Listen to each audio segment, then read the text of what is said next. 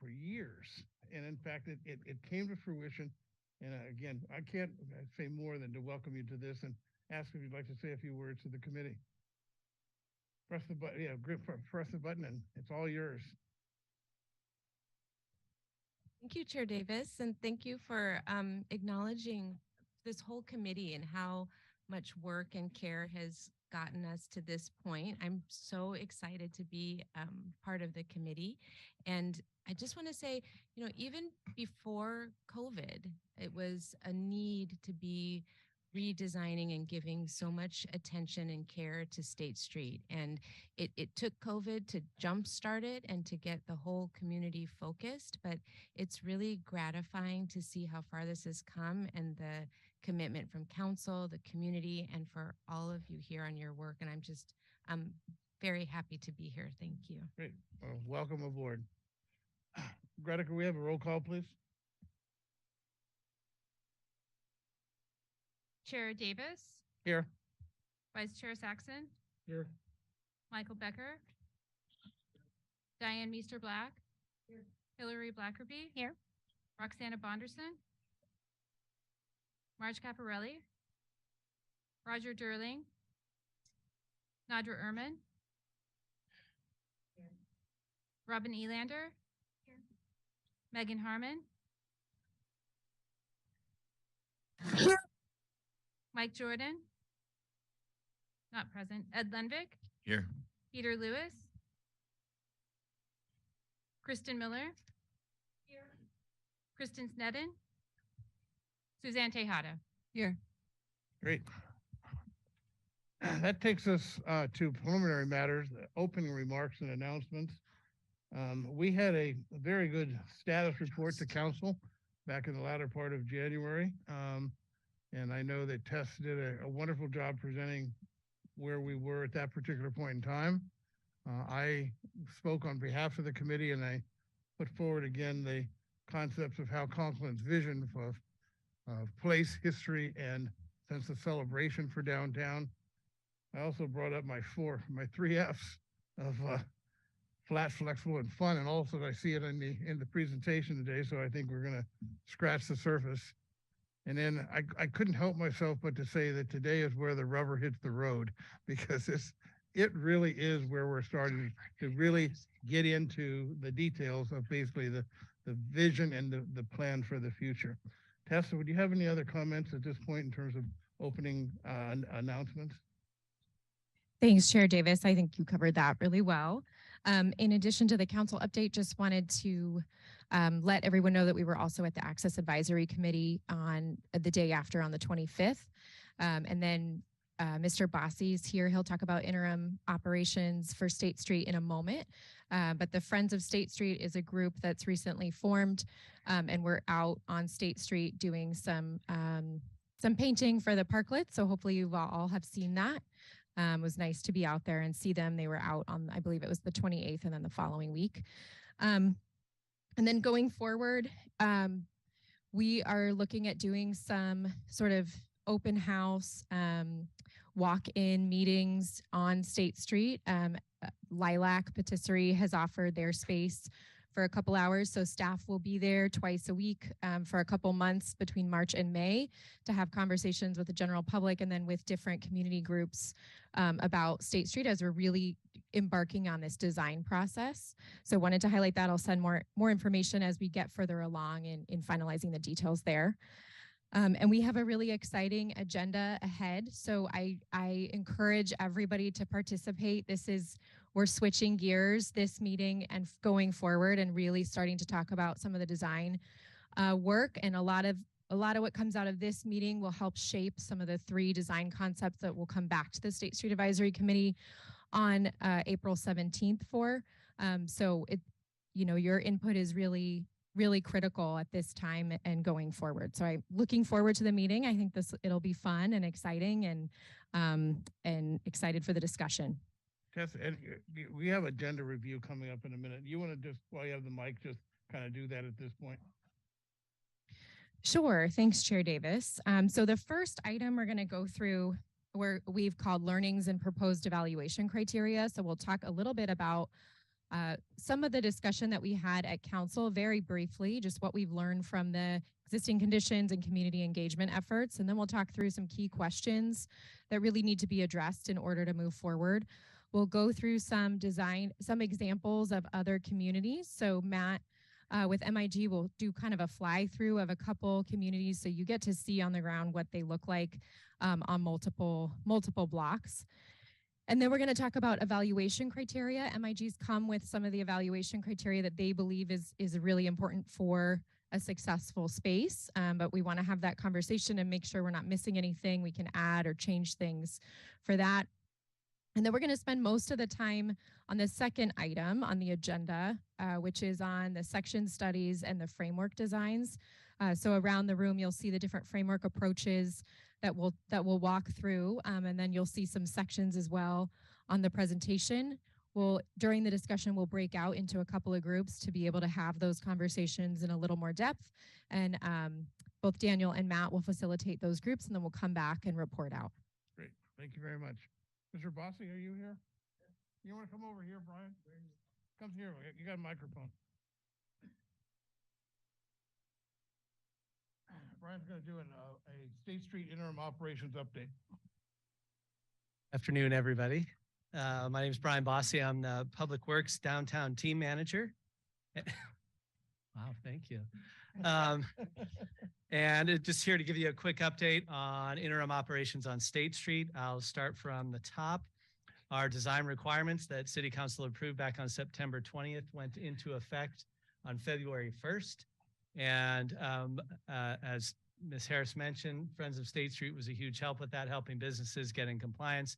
We will be out next week enforcing those requirements. There's been a lot of change, so we're very hopeful that folks are in compliance with all those design requirements. The upcoming charge for right-of-way use on State Street was approved on January 12th by City Council. That will go into effect on May the 1st of this year. So that just is for State Street. So that's really all I'm talking about here. So that charge will be for businesses operating in the right-of-way on State Street. So we're currently putting together a license agreement for folks to sign, as well as an application. And it'll be a much more formal process than it has been for the past 3 years. Bikes and peds on State Street.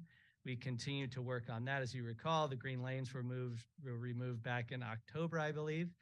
Most recently, the remnant bike lanes and car lane striping on a number of blocks on State Street were removed January 24th through the 26th and reslurried where appropriate. We're working with the city's traffic engineer, the police department, and the fire department on putting together, as well as our State Street Interim Operations Subcommittee, on putting together a 4-block pilot program. We're looking at 2 of the busier blocks and 2 of the more quiet blocks to test these ideas out on. So look for that. We will let you know ahead of time, but look for that sometime in likely late March, early April.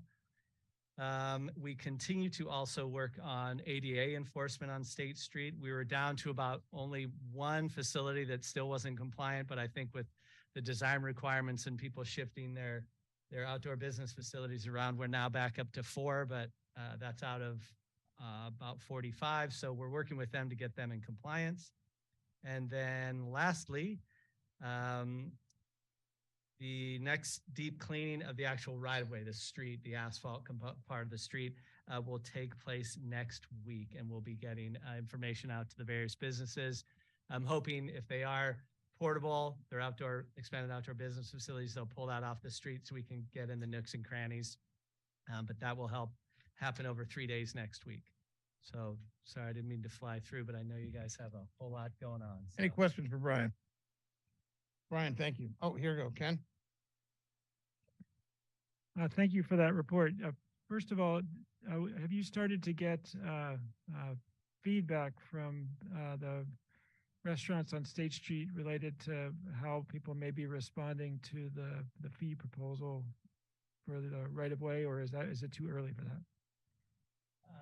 No, that's a great question. They've been responding to that for quite some time. But actually, to their credit, many of the businesses and working through the downtown Santa Barbara, before this came into effect, wanted to be charged. I shouldn't, maybe wanted is a bit of a over exaggeration, but we're accepting of the fact and we're saying, let's get this moving. It's okay to charge us. Let's come to grips with this and move this forward. So that actually, so we've been in a lot of discussion with them. There are a million different ways you can do it. The way that council approved it, that again will go into effect on May the 1st, is variable by design. So the more ornate or permanent structure you have, the higher you will be charged. The design structure is, or the charge structure is based on flexibility, one of Mr. Davis's F's. And so the more flexible it is, if it's on grade, at grade in the street with planners and things like that, you will be charged the lowest rate. And then if you built essentially a cabin, you will be charged the highest rate. So it gives them the opportunity to choose what fits their business model best. Great, thank you. And secondly, do you have any more specifics about what you expect to be tested related to bicycles and State Street this spring? Another good question. As you recall, the green didn't really pan out as the city desired. There was no scientific proof behind that, obviously, so we're kind of going along that model as well. We're going to see how pedestrians and bicycles interact with the new lanes. If you recall, the previous iteration was just at the block ends.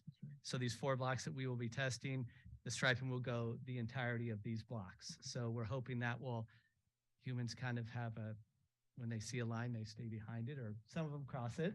It's not going to eliminate 100% of the bad behavior, but we're hopeful that it'll help address the overwhelming majority of the bad behavior out there. Great, thank you very much. Thank you, Brian. takes us to item D. This is 2D, the approval of the minutes from the December 14th, 2022 meeting. Any questions or comments on those set of minutes? Not seeing any. Do I have a motion to approve the minutes? Don't all speak at once. Move to approve the minutes. Okay, Suzanne's moved. Is there a second? Nadra has made a second. Okay, can I have a roll call vote, please? Greta? Diane Meester Black, I wasn't here. Hillary Blackerby, abstain as well. Roxana Bonderson, not present. Roger Durling, not present. Nadra Urman. Robin Elander, Yes. Megan Harmon.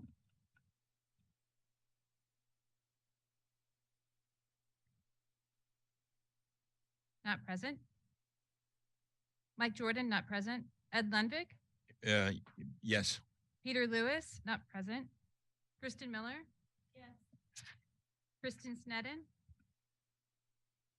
Suzanne Tejada. Yes. Chair Davis, Yes. Vice Chair Saxon. Yes.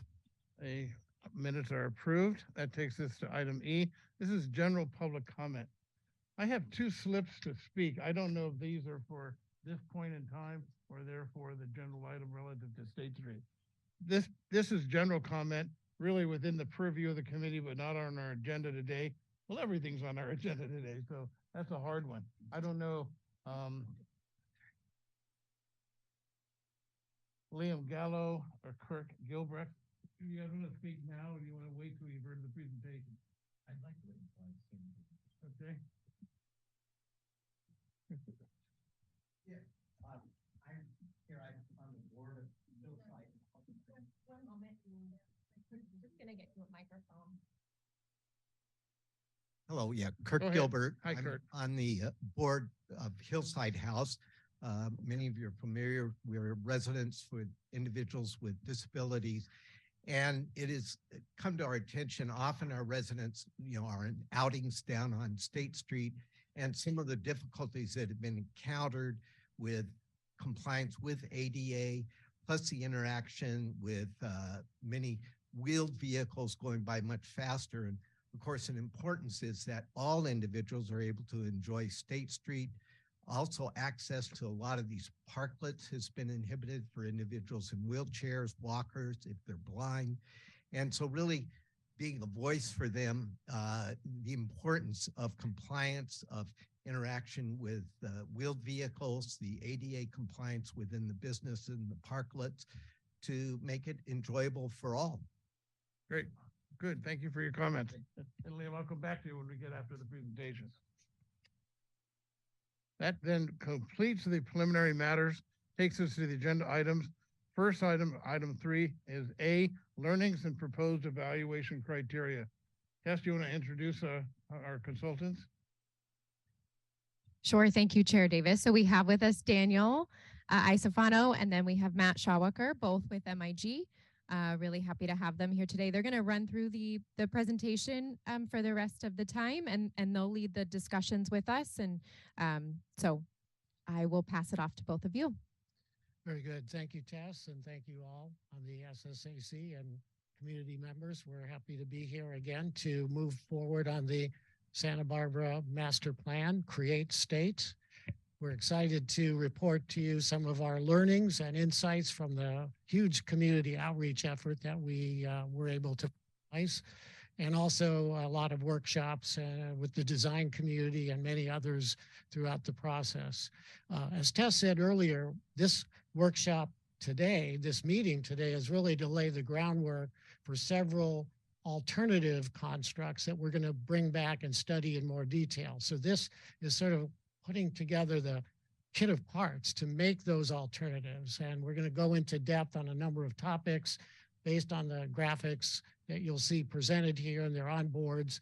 We are going to have 2 breakout groups for the steering committee in order to facilitate more conversation and interaction and more just general conversation and wrestling with the material. We think it'll lead to better insights and better conclusions as a result. So I'm going to just start off and mention where we are in the project schedule. We are here starting to build the urban design framework. We are essentially on scale and on schedule, heading to the end of this year and into 2024 to have a completed master plan document.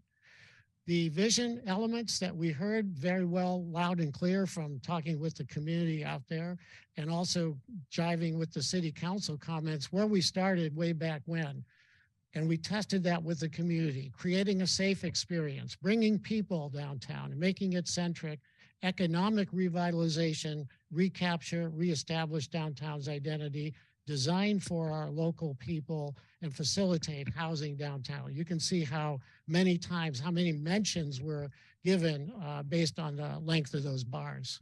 We also heard a lot of sentiment about keeping State Street closed to cars to create a flexible and adaptable street. And we clearly need more conversation about bike access, how we pull that off, and transit, how we work with that. So there's still many unanswered questions in the minds of the public. Again, we're just reporting things that we heard. Make the street a great place for families. Make it diverse public seating for amenities for a wide range of activities. Also, spaces for art and performance, and activate the center blocks. Those were resounding themes that we reported to the city council some time ago. The key questions and evaluation criteria that we'd like to help to focus on today. How many blocks? If we're going to close any blocks, maybe 0, maybe 3, maybe 6, maybe all 8 or 10. That's still to be decided, and that's one of the discussion questions that we have for you. So how many blocks? The pedestrian malls experience in the United States is varied. We are certainly aware of where things have gone wrong and how things have gone wrong and what the reasons are for that. There's a lot of interesting research that you can avail yourselves of that. So the idea of closing streets to car traffic has been problematic generally across the United States, 11% success rate. But there are also many malls that have been very successful. So there's a bit of a mixed reaction there.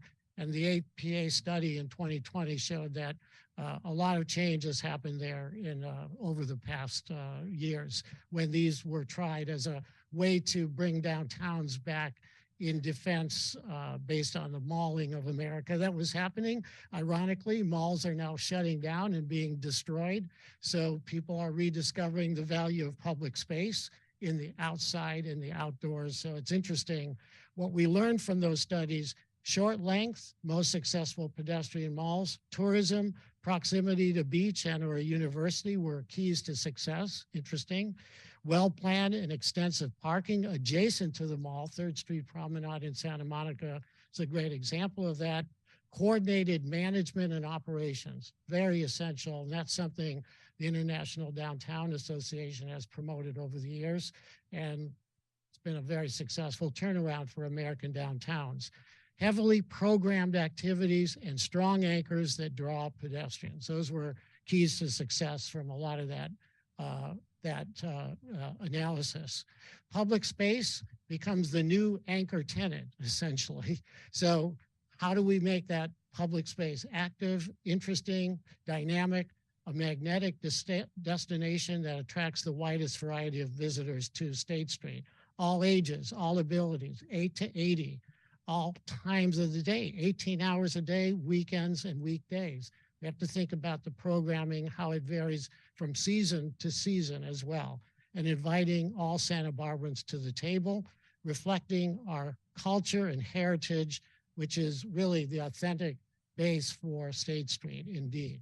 So those are some of the learnings. We're trying to go quick because we want to maximize discussion here with the committee. So what brings people to public space? Again, research shows safety, comfort, and enjoyment. And those are all the details that you can imagine going along with that. And then the successful case studies, I'm going to turn this over to Matt, who's going to queue up some Google Earth dynamics. We'll see if we can bring this out. Do the Alt tab. There we go. You're okay, as long as you can see. So Matt is going to cue this up. So successful case studies, Pearl Street, Lincoln Road, 3rd Street Promenade, and Stroget in Copenhagen, Denmark. Several examples of these pedestrianized streets. Take it away, Matt. So we're going to look at a few, and I think this builds on, we wanted to reflect on this based on that research that we saw and the keys to success. And there's been those few malls that we've, I think have been the focus of discussion in the past. So we just wanted to go take a quick look. So this is the Pearl Street Mall outlined in green. The pedestrianized sections are these 4 blocks from here to here. The reason we've outlined the broader area is they are actually in an active discussion in Boulder about extending the mall, whether that means fully, same conversation here, fully pedestrian, shared street. What does that mean? They're on that conversation coming out of the street closure that they did during COVID as well. One of the keys we want to look at here on the Boulder Mall, and I'm going to fly us into it real quick. What the Pearl Street Mall does very well is provide space and activation for children. So we talked about 8 and 80. So this is the fully pedestrianized section. And you can see they've integrated a lot of landscape, a lot of play elements for kids into the space. So that's we talk about principles and things that potentials that we could see in State Street. I think that's a key lesson there, the success of those spaces and the way that attracts a diversity of people, in particular families, into the mall. And we'll sort of spin around here. And as well as a high amount of landscape and shading. They actually several years ago took out some trees because it was so over-forested, but it's still very green. I will go to the next location here. Let's go to Santa Monica. Try not to get dizzy flying around. It is, I don't know why it went into the middle of the Atlantic Ocean, but let's go to Santa Monica. Yeah, we're following the path of the balloon right now. Which one? I will not say. So we look at 3rd Street Promenade as well. So in this case, 3 blocks, but long blocks. Lengthwise, it's longer than Pearl, but still not quite as long as State Street. We've diagrammed a little bit on here to understand how it operates and functions, because that's a key aspect of all that we're going to talk about today. So you've got major anchors. At the corner is the main promenade down the center, and then the dark blue and green lines are, dark blue are bus routes and the green are bike circulation. So what you see there is the transit and bike on the perimeter, enabling the center to be completely pedestrianized. And we'll fly back down again.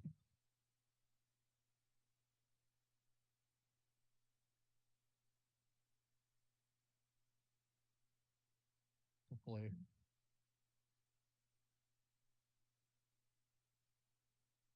One of the things this shows is, and we're going to talk about the curb as well a lot today. This shows obviously an option with the curb, and what we want to sort of demonstrate in there is they've repaved it. It's got high quality paving. It's really a pedestrian textured space, but you can actually see the division of the way space is allocated in 3rd Street Promenade based on the curb. All the amenities are at the top. The center is essentially a mostly empty pedestrian space. Now let's get out of there and we'll fly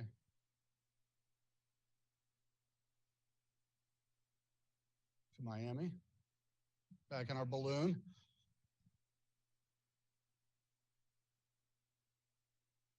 Jeez, high speed.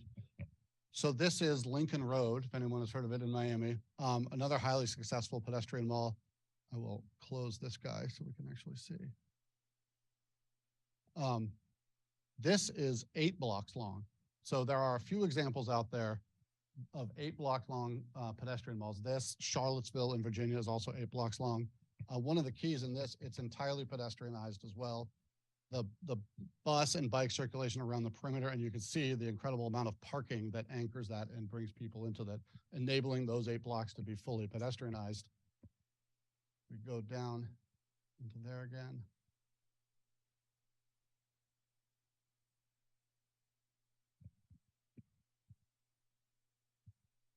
We don't want to go in the store. One of the great aspects of this too, that it's really actually well known for, is the organization of the restaurants and the pedestrian walkway. We've talked about this before. On both sides, the pedestrian walkway is up against the storefront and making the entire center area activated and for amenities. So you've got two walkways. What they've done here is consistently pulled all of the restaurants into the center. So you get a two-sided experience as you go down that, and, and ensure that the design and the sort of atmosphere of those restaurant patios are always high quality, which is something that we need, is a discussion here as well. All right, go ahead.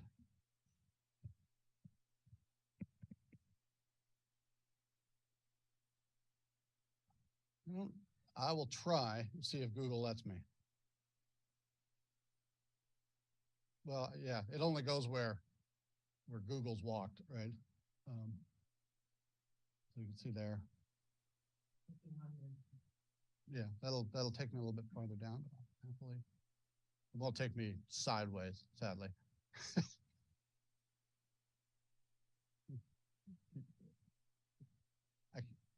Right. Yeah, Google, unfortunately, I can't go down the center. I can turn my head and look over there a little bit more. You can see a water feature and some other garden spaces. So there's a whole series of different things in the middle. We can maybe, let me go. Yeah. Whoa. Not that far. Where are we going? All right. Back in balloon mode. Let's come back down.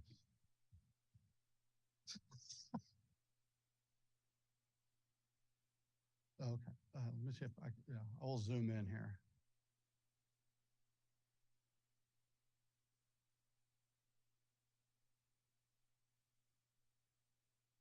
Hopefully that's as far as it'll let me zoom, but hopefully that helps a little bit.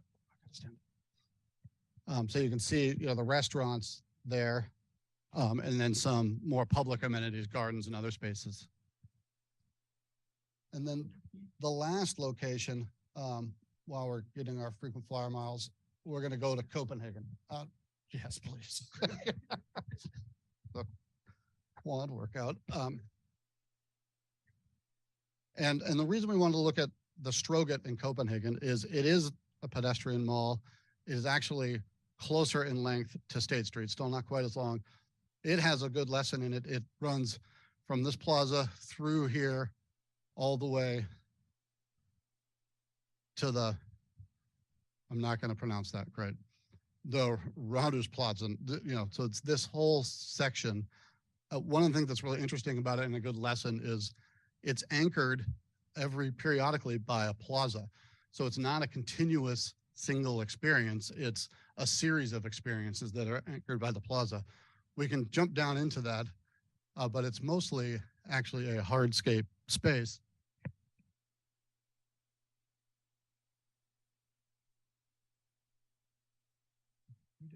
Okay.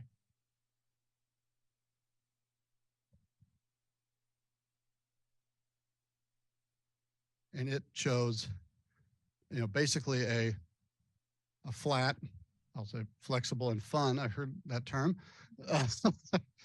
High quality paving, flexible. If we walked along this farther, you'd actually see delivery vans mixing in with traffic there. And we're not going to get too in detail on the shared street idea today, but that is something that works, well on this space. But the sort of key principle we wanted to discuss was that anchoring, that sequence of experiences as you go down the length. That's what makes the longer ones more successful. They don't have transit. They have the subway everywhere, and they have bikes. I think you can walk your bike. I don't know if you ride it, but in Copenhagen there are bike lanes on every other street, everywhere. They don't have, Stroget does not have bikes now, but they have them adjacent. There's a bike lane adjacent.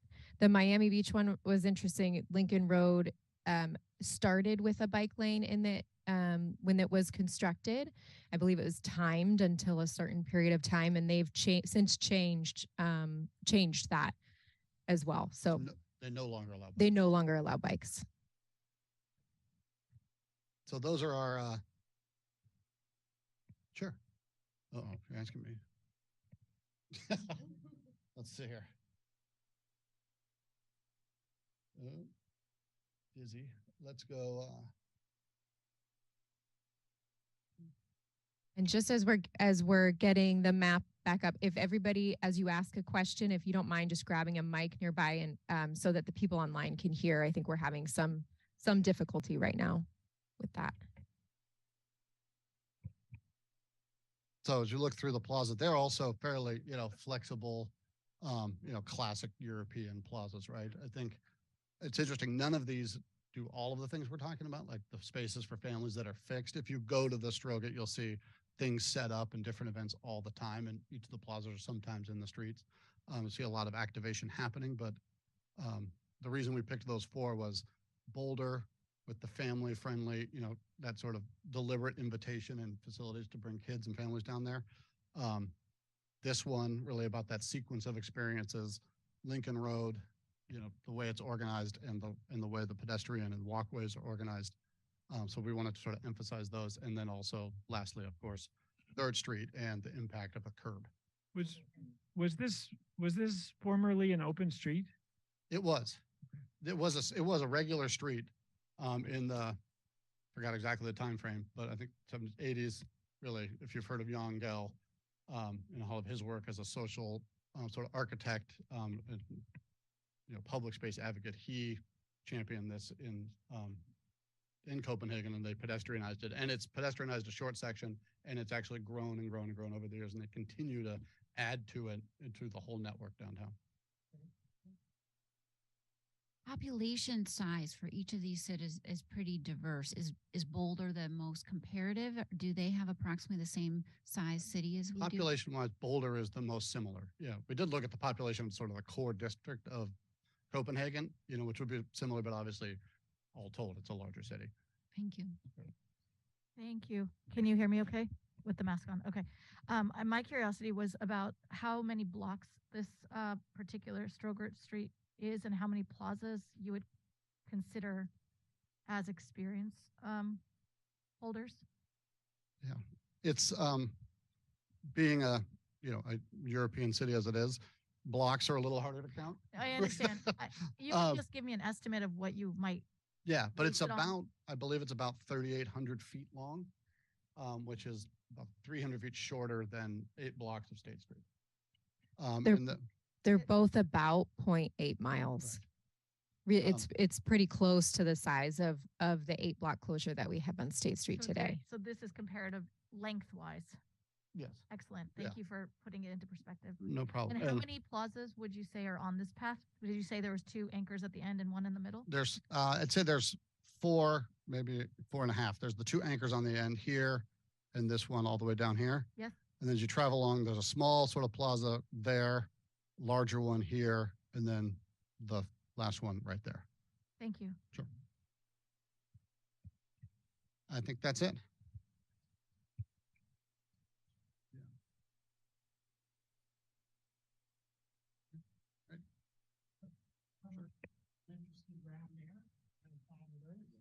And we wanted to get a feedback from the committee on the issue of evaluation criteria. So when we start to look at alternatives to the State Street Master Plan, we want to make sure that we maximize what we heard, what we think is important from a technical street design standpoint. So at the end of this, we just want to see if we're missing anything. If we have general concurrence, that will help guide us in the design exercise that we have planned here for this afternoon, which should take up the bulk of the time. And so Matt and I will tag team this if you want to add in anything as we go along. Obviously, safety is absolutely critical and crucial, and that has to do with all aspects of safety, fire safety, building safety, personal safety as well. Free flow movement, does the option allow unrestricted movement, meeting not just the letter of ADA, but beyond the letter of the law? Comfort, is the space physically comfortable? As humans, we desire those features of heat, shade, wind, noise. We have to consider those design features. Potential for activation, does the option provide space and flexibility for various types of programming? Is it adaptable? Can the option be adapted to meet changing needs over time, since we're all in a flux over what happens next in our downtowns across America? No one can really say what's going to happen in 10, 20 more years from now. So we can count on the change happening. So we think flexibility, adaptability is pretty crucial. Connectivity, how well do we support all transportation modes, including pedestrian, wheelchair, bike, transit, etc. And that would also include service vehicles and other needs in and around State Street. Stormwater management, this is still under study. Matt, do you want to say a little more about that? Because I know you've been looking heavily into that issue. Sure. We won't get too far into the details, but we know there are, and we're going to talk about it when we talk about the trade-offs and challenges of removing curbs. But we know there are two issues around stormwater that need to be addressed. One, water quality. How do you treat, store and treat water that lands on the street and runs off? That needs to be captured and treated before it goes into the rivers. And the second is basically just drainage, storm runoff to make sure we're not, mitigating flooding. And then sustainability, to what extent are we enhancing energy conservation, and is there the potential to generate energy on the street? There are examples of that while minimizing heat island effects. Economic development, do the options support a robust economic strategy for revitalization of State Street? And what do the options say about community preferences and acceptability? Obviously, we put a lot of effort in. I know the community puts a lot of emphasis on what the broader community thinks about any of these options. So we want to make sure we're in line with that and consistent with city policies. Cost, unfortunately, we have to consider that as well, not only in terms of the construction, but ongoing operations and maintenance. And then feasibility, I'm not sure if that's a word, but can we do it in a way over time so that the cost could be more manageable and we could continue to build and accentuate and add to State Street. So that's what we had so far. Wanted to get a general sense from the committee as to whether we're complete here. Are we missing any important criteria that you would want to see on the list? And then we'd like to get a general sense if we can move forward with this. It gives us a nice framework of consistency for our alternative analysis. Great, Roxana. Thank you, Chair. On your previous slide, I wanted to ask a question. Are you able to go back for us? Thank you. I see both safety and comfort here, and I'm not sure where my question fits. It may fit into both. Sure. I'm curious to know if you put the vagrancy issue on here, just being able to make sure that we are taking care of the transient population. That would make it a little easier for some users to feel safe and comfortable using State Street. Where do you find that to be placed? We'll add that to the list. Oh, okay. Okay, well, it's just missing. Is So that I'll something that add we I'll have add one on board? thing. I think we can certainly add it to the list. I do think we could also add it as sort of a bullet underneath both of the things that you mentioned. I mean, I do think that issue falls under safety and comfort pretty well. So either way. Yeah, and perhaps I can ask Ms. Harris a question directly. I know in one of the last hearings we talked about how that is also its own project, and that it may not necessarily fit here, or it does fit here, but it's already being worked on. How would you maybe suggest that we look at it here? Do you want it to keep it You mean separate? homelessness in general in the Yes. downtown area? Yeah, so the city has a lot of different efforts really trying to tackle homelessness. I think as the entire room here knows, this is not only a Santa Barbara issue, right? So we're going beyond, it's an issue that we see all over. I think that by doing things in design differently, we can see some changes in the downtown area. And so it's certainly worth, I think that's something that's on many people's minds, and we can include that, whether that's in a separate bullet or underneath one of the others. I think that makes sense. Yeah, Nadra. Yes, hi, thank you. In regards to environmental aspects, just thinking about resiliency, if we're thinking about the next 30, 40 years, what does that mean in terms of looking at how issues of drought, sea level rise will affect these plans, thinking about energy hubs in the case of any outages, and then also thinking about in regards of drought, like water storage or conservation in those plans. Great. Diane? I guess I have a question and maybe an addition. The question I have is consistency with city policies. So is somebody at some point going to highlight the policies they think we need to be most mindful of? Because I think that would be helpful.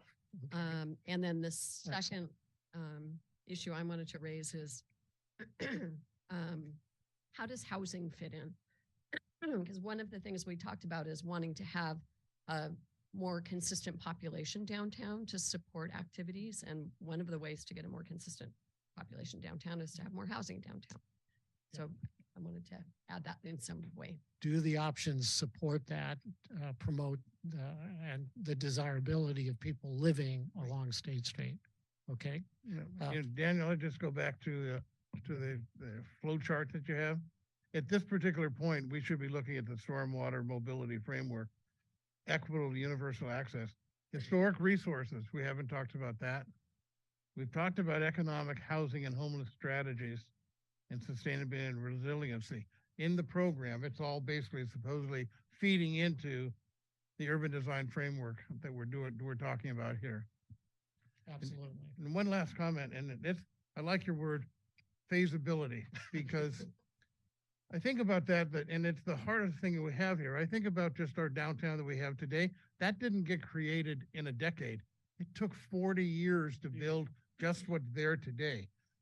In fact, if you started back, and I think I said this at council, you started back in the late 60s and you told the community we were going to take the backs of all the businesses up and down State Street to create a master parking program, build all these major structures that were going to cost $1 billion.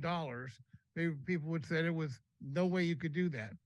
But again, if you look at the length of a 30-year process, you can build it piece by piece as you go forward. And it's very important. I'm glad that you've got that in there.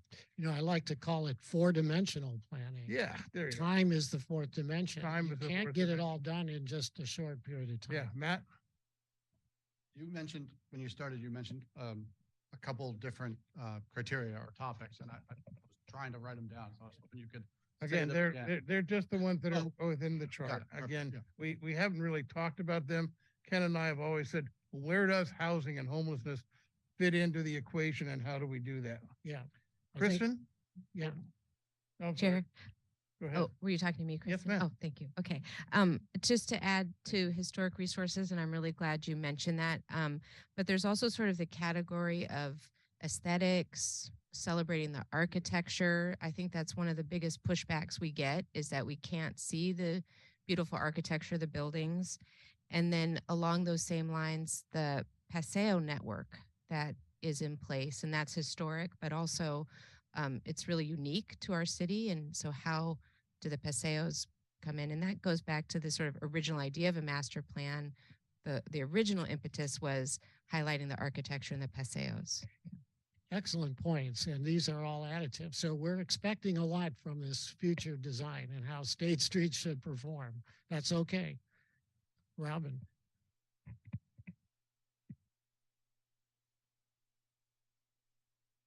I'm curious to learn more about and also to compare is aspects around density and height, aspects around density and height of buildings around the area. I noticed in Copenhagen as well as in Miami, there's multi-story buildings that have various types of uses, and just comparing what's working well there and how that compares to here, as well as just density of a number of people living in that area, et cetera.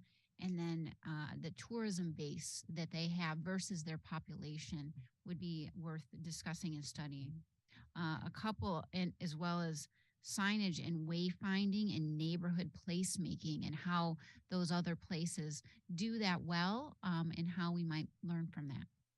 Really, you're bringing in the whole topic of land use. We can't forget that. I mean, to make sure that we're seeing the activities both for local people as well as the tourists that come to visit should be, in your mind, accommodated there along State? accommodated, but how many people are coming in to use the space versus the size of the existing population and how I see it serves each other. how those two populations interact. Okay, excellent.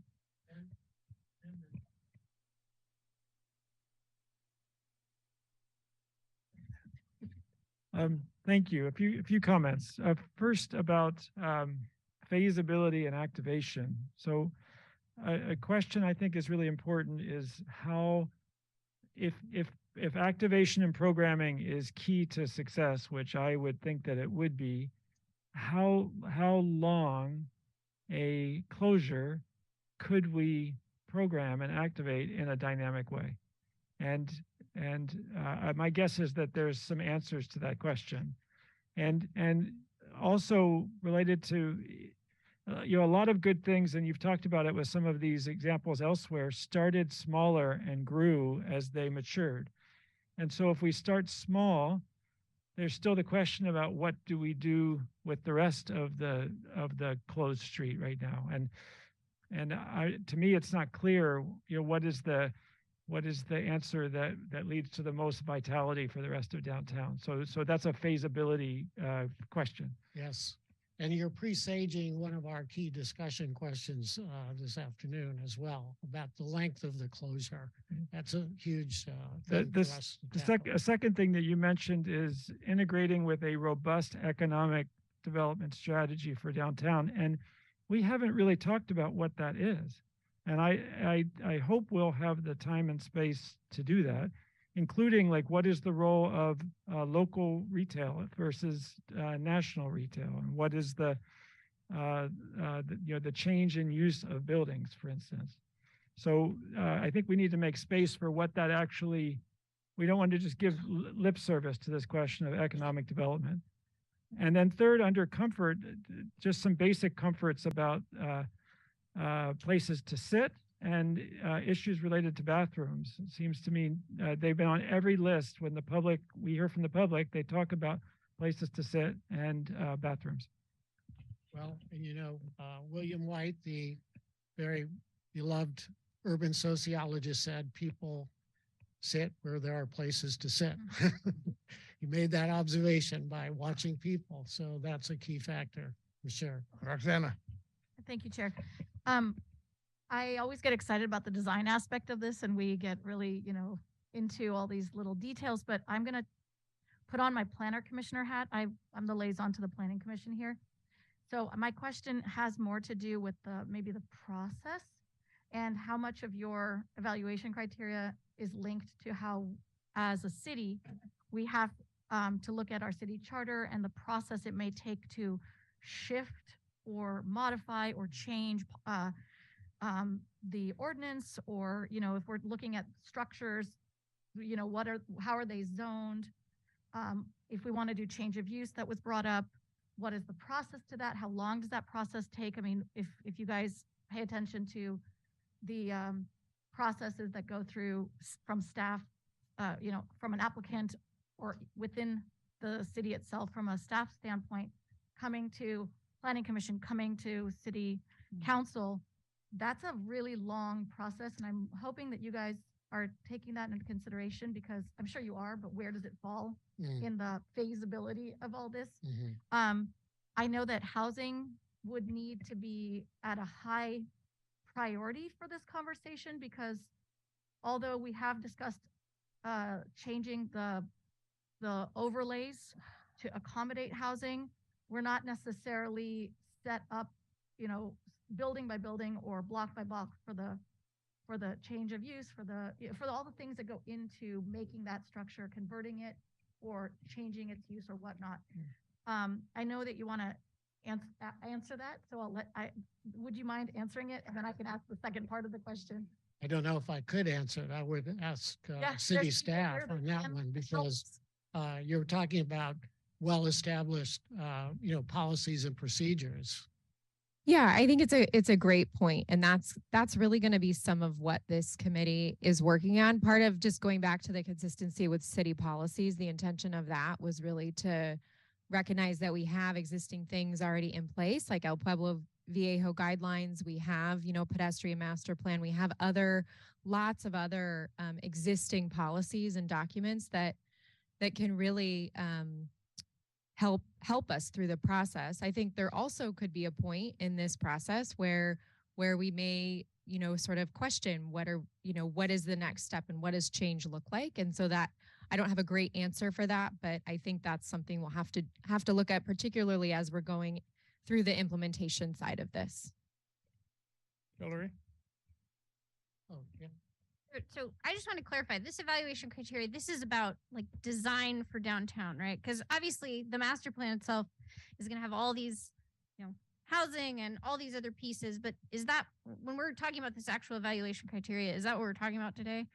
We're looking at criteria that would guide the urban design for State Street. Right. And we are basically saying it needs to support a whole range of considerations here, not the least of which would be about housing, future land use, the economic strategy, that we can't just do the urban design divorce from what the economics are going to tell us will work. So Sure, I of think course. it's all part of that. Of course. Yes. I'm I just think just expanding on that, the three concepts that we're going to have in April, I would assume that we're going to be going through this criteria that we're creating today and looking at how many for each of the concepts, what are we getting at and what are maybe we missing? These may not have equal weight. There might be some that are heavier weighted than others, right? But that's sort of the intent, is that we can put each design through this criteria. okay. And I So would what- just, Okay. oh, sorry, I would add to that, the intent that Tess is exactly right. As we go through, alternatives and frameworks today and in the future, this is sort of a framework for how to, evaluate them. Our intent isn't that we like turn this into a scorecard, because Right. some might have more Mhm. weight in someone's opinion than others, but it's just keeping a transparent framework for how we're looking at the alternatives. Right. Great.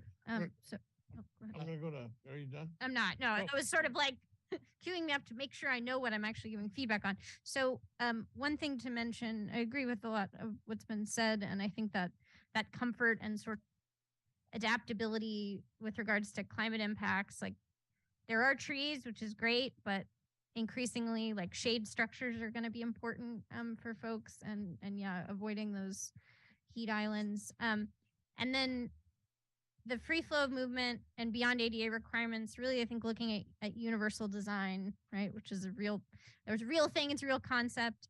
But when I think about that, I also think we have cross streets. And so when we look at some of these other areas, it's like, oh, long pedestrian, and some of them have cross streets. But thinking about those edges of, you got to have, it's going to cross a regular street, so the condition will change at intersections. Just thinking about how well the different alternatives handle that piece, because I think a lot of times when we think of states, we're like, okay, long thing, but obviously real traffic's going through each one. So just thinking about how well each one handles that. Thanks. Great. Excellent. Okay, I've got Michael and then Robin. Okay.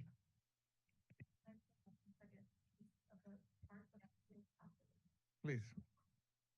Okay, I'll be quick. On the second slide, it was about the community support. I think that should be key. We just spent the last probably 3 months of doing public outreach. So any design concept should be, how does this design respond to what we've learned through the public process?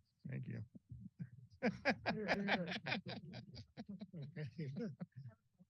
Good. Robin, and then we'll go back to Roxana.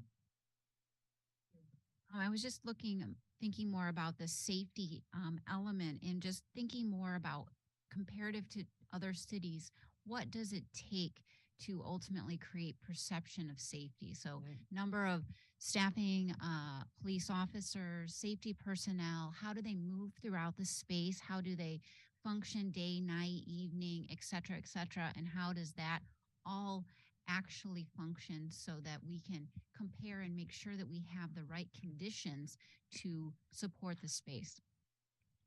Actually, there's a whole rubric called the SEPTED principles to create the sense and the actual feeling and reality of safety. And that has to do with factors like visibility, lighting, individual self-control of the street environment, your ability to move, to see around corners, to see what's ahead and what's behind. There's a lot of things that go into it, and a lot of design criteria do influence that sense of safety and protection and feeling comfortable. Cost associated and the reality of implementation. Okay. Yes, and maybe we should wrap it up here if we could, see if we got it. Okay, good. Yes. Thank you, Chair Davis. I just wanted to also add what we heard today in your presentation. I was very, I guess, moved or happy, excited to see the four streets that you talked about. And Robin brought up earlier water. I believe it was Robin about water, stormwater, or no, maybe it was over here. I apologize. I don't remember it now. But when we look at the stormwater item here, and you mentioned the pavers and how we're seeing a lot of division on how the street is allocated. Now we're talking about landscaping and shade structures. I just want to make sure that those pieces are kind of in there as you are thinking through with this. And obviously we can talk more about design later, but stormwater has a big opportunity towards design for how that may be developed and how it feeds into the planting and how it captures water long-term. Stores water for the city. The second point I wanted to make was with regard, again, to your presentation, and something that comes up a lot here. When you are looking at connectivity, I want to make sure that you're thinking about how transportation and also the potential of housing goes beyond State Street, beyond that first block, second block. You talked about that, perimeter a lot with bicycles and transit, and I'd really hope that that's part of this connectivity conversation. Yeah, thank you. Sure.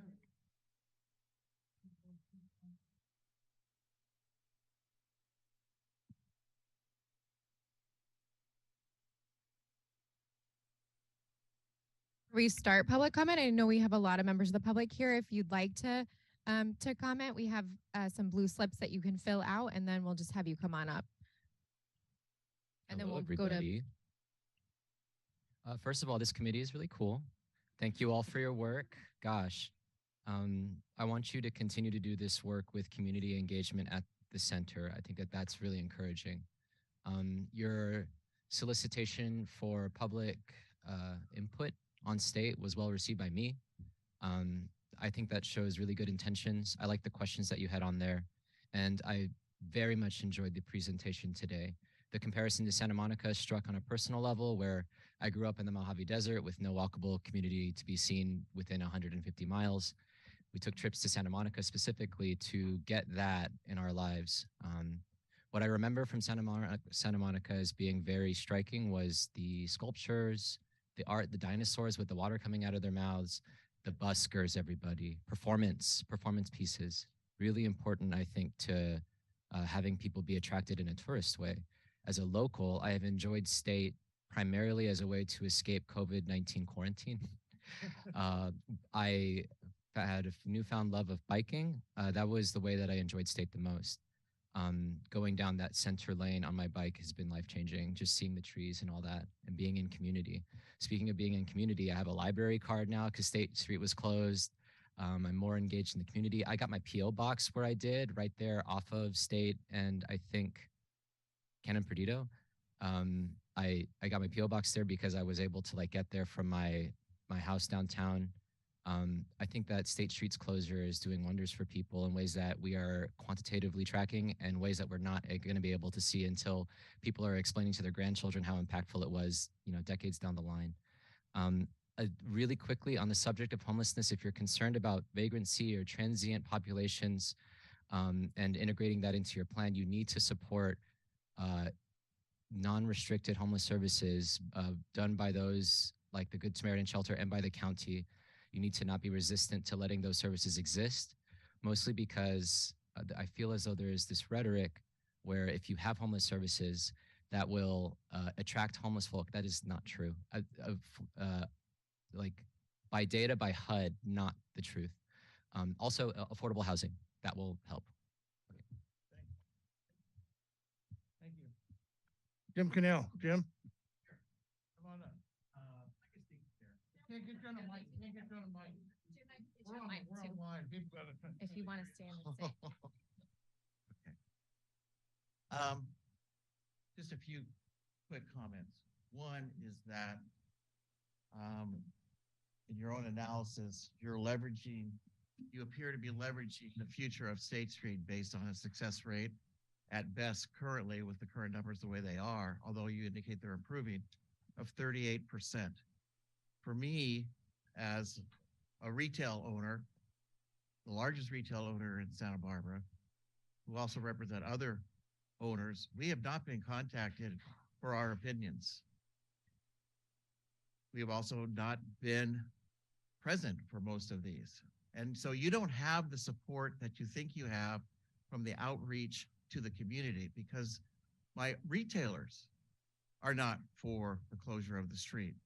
And you're asking us to come in and gamble the future of State Street and the viability of retail tenants with a 38% success rate, with no interim plan as what are you going to do between now and in the future, which could be 5 years from now before it's actively activated.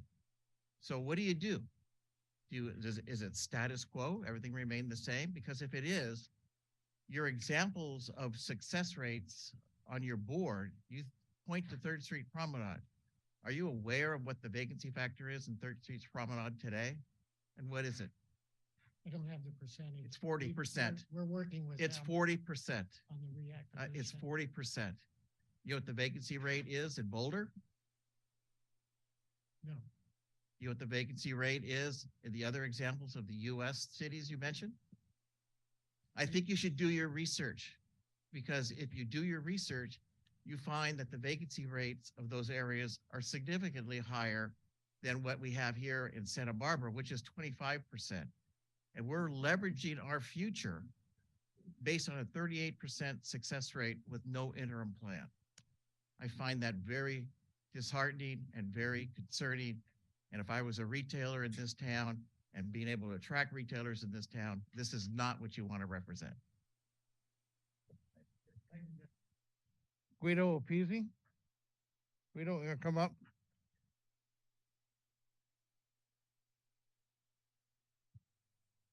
Thank you. My name is Guido Pizzi. I'm the owner of an Opis restaurant on State Street.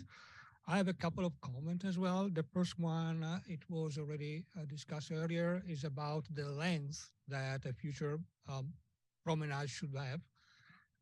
You have to keep in mind that nowadays we have 10 blocks more or less.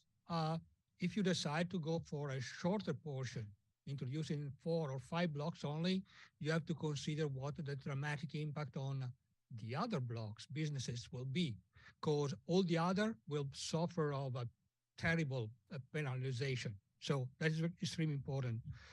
The second point is about the timeline. I know that here we are thinking about something that will go ahead and long in long term. I would invite all the members of this group to think about what can be anticipated to keep the State Street alive now, because we are suffering now for a lack of walk-ins. I think there are a lot of good ideas inside in that you collected over the time. Let's think what you can introduce now. There is another question is about the integration between this and what the city is going to decide about a restaurant outdoors. Keep in mind that if the program for, I don't remember the revitalization, no, there was a program that is going to expire at the end of the year. The parklet should be consistent. Think about now to extend for the future. The very last comment, I noticed that today, for the first time, I think has been introduced a new term, that is a pedestrian mall. I never heard this term before in this meeting. What does it mean? Why there is a refocusing of the target of the project? Why we felt the need to introduce this new term that has never been used in the past? What is behind that? Thank you.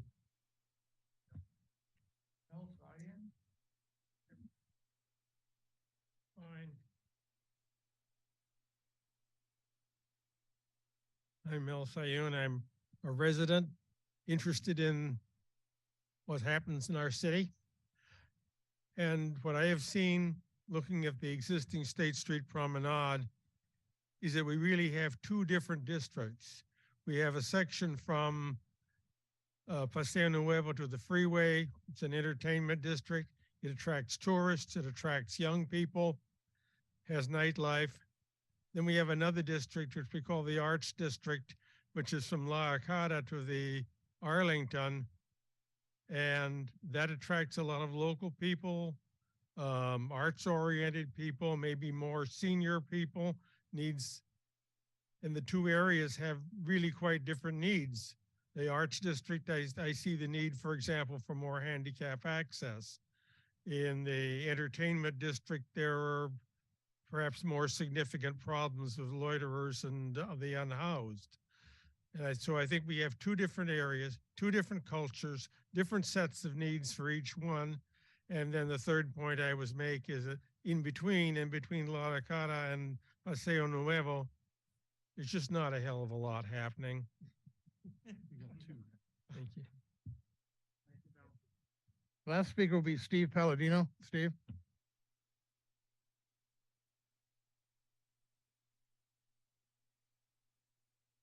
Hello. The last speaker sort of lent into what I was going to bring up is just the idea of a sort of an activity pull, an attraction that'll bring people up State Street. You know, with the Arlington already a major attraction when something's happening. So doing something there, whether it's a large, you know, fountain art piece with activities, you talked about different activity zones along the way, but I think if that's the penultimate destination to bring people upstate, as we all know, the Funk Zone is wonderful, but it drew some of the energy away from state. And if we can re-energize that upper part by the Arts District, I think that would get more people working their way upwards, even through those, quote, dead zones in the middle. Thanks. If we could go to the speakers online, I think we have 2 additional speakers. We do. Just a reminder, if you wish to make a public comment, click the hand icon. If you're connecting by phone, press *9 to raise and lower your hand. Press *6 to mute and unmute yourself. We have a raised hand from Lisa Burns. Lisa Burns, go ahead and talk. Well, good afternoon, everyone. Thank you for taking comments. I'd like to see the demographics for the comparables. Having looked at and lived in Santa Barbara, I know that I guess you could characterize this as the newlywed and nearly dead population. And the newlywed were the people that went to UCSB and maybe hung around and worked in the restaurants, but that's really no longer a demographic. There's just not that much to be made from part-time work to really survive in this community. And the nearly dead are like myself, retired. Hello, Dave. And these people are not really attracted to State Street. There are mobility issues, to be quite honest, and we're not about to get on our bicycles. I'm here with my husband who's in a wheelchair from a bicycle accident. And I just feel like you have to have parking close to wherever you're going to expect people to be. I believe that Ms. Harris told me that there's a study that says something like people are not willing to walk more than about a block to where they want to be. I'm also very sorry to see you ignore some of the fabulous parades and events that go on, like Solstice and Fiesta. I think it's a great sadness not to have that kind of life. That's, you know, hundreds, maybe 1,000 people come to Solstice, and it's a joyous time. And if you put too much, places to sit and trees and things like that, it just precludes that kind of activity. I know everything's supposed to move to the beach, but I don't know if that's really a coastal commission acceptable way to close off the beach for those kinds of parades. So anyway, look at the demographics, give us some comparables so that we know we're apples to apples. Thank you. And we have a raised hand for Trey Pinner. Trey Pinner, go ahead and speak. Thank you. Can you hear me okay? You can, yes. Okay, great. Well, thank you for the opportunity to speak, and thank you, committee, for all your work. I really appreciate it and have been following you closely. Trey Pinner, the chair of the Downtown Parking Committee. I have participated in some of the workshops that you had in December. The one I participated in was the one that was sort of geared and designed towards sort of the design professionals and builders. And I found it a very good workshop, very well attended and very well presented. Just wanted to highlight a few things that I think are real important. And I did raise these back in that meeting that we had with the group last December was, I am in favor of the projected move towards closing State Street. Depending on the length, that's a discussion to be dealt with, but I'm most concerned about how we're going to deal with the access for deliveries and whatnot for this area. I do know that all the sites that we've talked about so far, 3rd Street Promenade, Pearl Street, and Lincoln Street, all have back of house alleyways to allow for deliveries to come and go. And most of our State Street is not designed that way. Chapala Street and Anacapa Street are quite a distance away. So I really encourage the committee to think about how the transportation aspect of goods and services come in and out of the downtown. I think really reaching out to the retailers and the restaurants, finding out how do the deliveries come, what will happen if, where they can get from if we close the State Street, understanding that, because I think it'll be a huge problem if we don't think about that ahead of time. As Dave Davis said, I know we're looking long-term, it may take a long time to get there, but I think that's a piece that's going to have to be addressed how do they get to the store. So just want to make sure we're really thinking about the back of house, not the pretty part, but the operational part. Thank you. Trey. Greta? There are no other hands raised.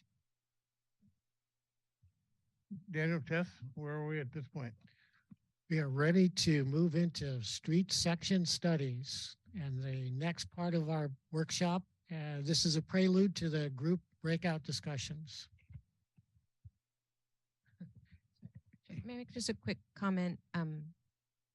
Go very ahead. Quickly. Kristen. So just council just had our retreat and set priorities, and this is to Ms. Bonderson's question. And high priorities, utmost priorities was changing ordinances to streamline conversions to housing on State Street. And we're all unified in that commitment. So just so not to derail this conversation into housing and how to do that piece, just have confidence that that's a high priority. And by the time this plan comes to fruition, hopefully that would be in place. So I just didn't want to spend time on the mechanisms of that in these meetings. Yeah. Okay. Matt, it's all yours, Matt. All right, let's talk about some street sections. So we're going to go through actually a series of little cartoony street sections, and then some, as you see on the board, some larger sort of project area-wide framework approaches, right? And there's a couple of key issues and decisions that are sort of embedded in this that we want to discuss. Curbs or no curbs, and then second, how do we design for bikes? Where are they? And then lastly, the how much. But I do want to emphasize, and we'll get into this nuance, based on how we answer the first two, we think the third may be a little less of a sort of crucial black and white decision. So we'll get into that a little bit here. So the starting point, let's just start some assumptions, the givens, right? Obviously, when we look at State Street and we're going to look at sort of a typical section, the starting point, we're obviously not widening the road, right? And that goes without saying, but it's worth saying. Just to make sure it's clear. We are assuming there is pedestrian access along the building fronts, these pink people. We need to maintain that and access to stores. We need to have a 20-foot emergency access lane somewhere within the center of the space. Obviously for fire and emergency access, we've also met with the police, and in terms of patrolling and safety, they would like the ability, obviously, to drive a car down there. That's their best mode for patrolling and having a presence, and the fire chief as well. So we will always have a 20-foot fire lane somewhere within there. It's not listed, but I think it also goes with the trees. We're going to maintain the trees, in that case, the planters. And then lastly, we must address the little blue area down there, the stormwater. So getting into the first decision, this goes back to essentially pre-closure. We had a standard, obviously a very nice standard street, which had the typical elements of a street, the roadway in the center, obviously 2 lanes, the right turn lane, the 2 painted bike lanes, and then a space on either side that has restaurants, where they are, a walkway, and then what planners call the amenity zone, that place where the trees and public seating and those things are typically located in the street. That's your typical street. When we talk about free flow access, everything, access is limited for if you're crossing the street to ramps and the mid-block crossing where there are those designated crossings. And in the pink there's, fairly limited space for activation and amenity. You all know this. We all know this very well. During COVID, the last few years, we've expanded, closed the street and allowed for, the parklets to expand. That had some positives, removed noise and the hazards of cars, created a quiet place to dine, a stroll, a shop, but it had still maintained some challenges. The parklets are really difficult to access. We talked about that. And still, if you're moving along the street and wanting to cross that, your access is limited because of the curb to the crossings, at the curb, at the center and at the corners. So first step, first decision, make it flat, flexible, and fun, Dave. We heard you. So removing the curbs maximizes the space, the flexibility, and the potential for activation. With a curbless street, it's free flow movement for people of all abilities and ages and everyone throughout the entire space. It also allows us to start programming that space as effectively and sort of flexibly as possible. And to the comment about there are different zones and districts along the street, that's exactly right. We see that as well. So you could, in some places, have emphasize areas for play for children, maybe even pop jet fountains. In other districts, maybe the entertainment district, that space could be used for patio seating or even food kiosks, sort of things that support the individual, the different activities in each district. We could use that space for more green, more garden, even if we get enough flexibility and width, adding another row of trees is a potential in spaces. Or you could also, the events were coming up, you could use that space with that flexibility to host parades, events, and markets. So you could use, the point being with that flexibility, it's, adaptable and flexible for all the programming, the maximum we can get. There is a trade-off to that. The challenge to removing the curbs, like we said, is the stormwater capacity. Between those curbs, that's where when you have a larger storm where the water flows and moves through the street, right? So if we get rid of it, excuse me, if we remove the curb, we have to handle that stormwater. The trade-off we could talk about there is if that investment, that challenge of moving the stormwater, finding another way to convey it and move it through the city without flooding is a challenge. Here's the trade-off. We could keep the curb, right? What you see that, the key trade-off is we lose the free flow of movement through the space. Movement is now at the corners and where we designate a ramp and a crossing. And we fragment that big space, that large, flexible, programmable, fun space into 2 smaller ones because you've got a 6-inch barrier between it, essentially. So that's the trade-off. We could move the curb in a little bit, right? It's 38 feet now. It could become 20, just the limit of the access. It's sort of an interesting middle ground because if we do this, we still probably then have to deal with the stormwater in an alternate mode. So we don't know this answer yet, but what is that difference between this and fully curbless in terms of the infrastructure investment to support drainage? And I would add, if we do this, just so we're all aware of all the nuanced trade-offs, if we don't upgrade the infrastructure for drainage and we keep the curb and then put all of our amenities and investment in that space, when it rains, all of that investment floods. So there is a trade-off there as well. There are sort of series of them. So in comparison, we've got 2 options when it comes to the curb. Flat and flexible maximizes the free flow of movement, the activation and flexibility.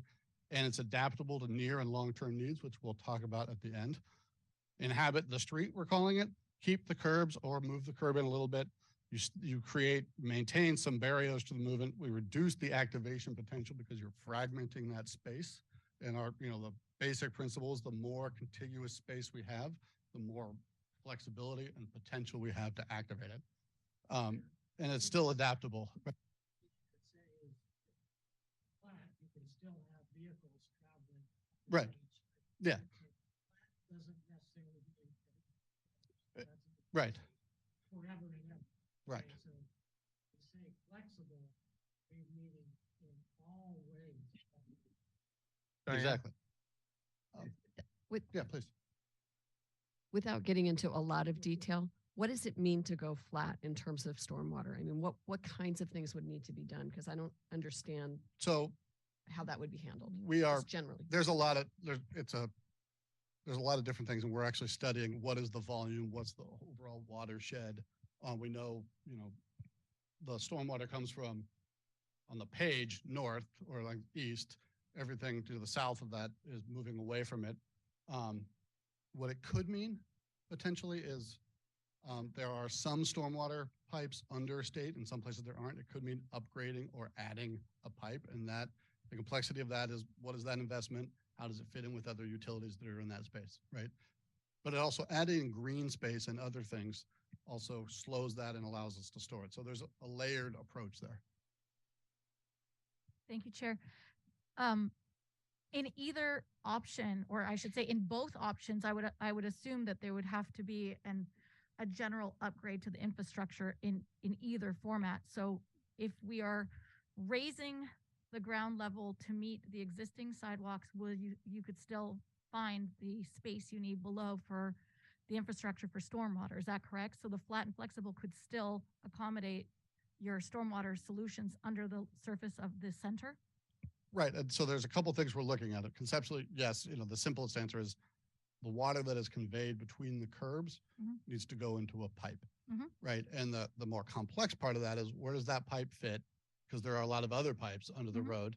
Does it have space? Obviously, what is the cost? How deep is it? All of those things. And so that's part of what we're looking at right now. We'll get, as we continue, we'll have more sort of answers on that. As you recommend the flat and flexible, my assumption, correct me if I'm wrong, is you're not lowering the curbs down, you're raising the center up, and therefore you will actually buy yourself that space to. In terms of where is there room vertically to put a pipe in there? Yeah, we don't know. Yeah, we can get into layers and layers of engineering. How deep is it? It has to have a slope to it, all of that. But we think that is feasible. And yes, we would be bringing the road to the elevation of the sidewalk rather than vice versa, primarily because if we brought the sidewalk down, that would mean eliminating all the trees. And my other question is, with your layout of the fire lane, I'm assuming that area will be generally open at all times, even when there's events. So could that lend itself not only to emergency vehicles, but potentially to a future trolley line or even a parade if we wanted to? I mean, it leaves clearance for all of the things that we've heard here today. And I should have said it, the fire lane basically needs, we can't have any permanent vertical objects in it, right? So in one of these little cartoons, this one, we said, you could have like a flush pop jet fountain, right? That could turn off if a fire, or it could just wash the fire truck as it goes through, right? Timed a certain way. Right, yeah, and they could turn up. But yeah, so mostly the rule there is it needs to be free of any permanent vertical object, right? But there's a lot of things you can do. You can walk, you can promenade, you can have events, you can do all of that. And events, we've talked to the fire chief, obviously those happen on a special permit. So even if you wanted to close portion for a temporary time, that's as you do now. That's very exciting. Thank you for the answers. Hillary. Thanks for laying it out this way. Just another note on stormwater. I would imagine, I think we've talked about in past meetings that the sort of landscaping on State Street right now is kind of, the trees are amazing, but then there's like weird barriers made up of birds of paradise and like natal plum, like sharp, spiky things to keep you from moving, right? One of the things for stormwater, right, is you want to slow spread and sink it, right? So not just get it into a pipe. Right. Right. Yeah. And so just thinking, I'm just in my mind's eye, right? I think of bioswales and which you can certainly do with flat, because if you raise the street up, you can drop it down Right. for those things. So just thinking about that way of, it's not like curbs are the only way to slow down or reduce stormwater Yeah. flow. Pipe and- is an probably would still, I would just from what I'm hearing from us, likely still need some form of For pipe. But sure. there, like I said, there's a whole bunch of other things by greening the space, Yeah. planters, porous pavements. There's a whole lot of other tools to, one, reduce what the civil engineers would call infiltration rate, meaning increase the infiltration. More water absorbs through the pavement rather than just running off of it. That's the most sustainable thing we can do. Most resembles its natural state. Water infiltrates into the soil. Planters, there's paving systems. There's a whole bunch of other things besides just a pipe. Right. Thank you. And these are also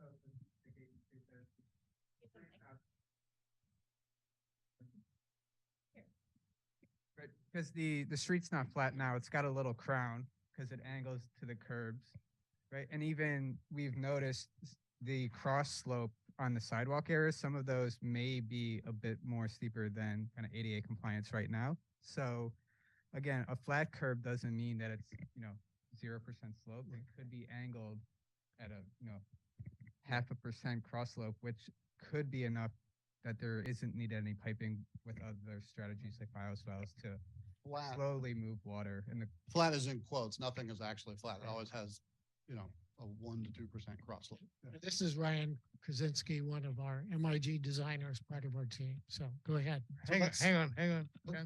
Oh, sorry.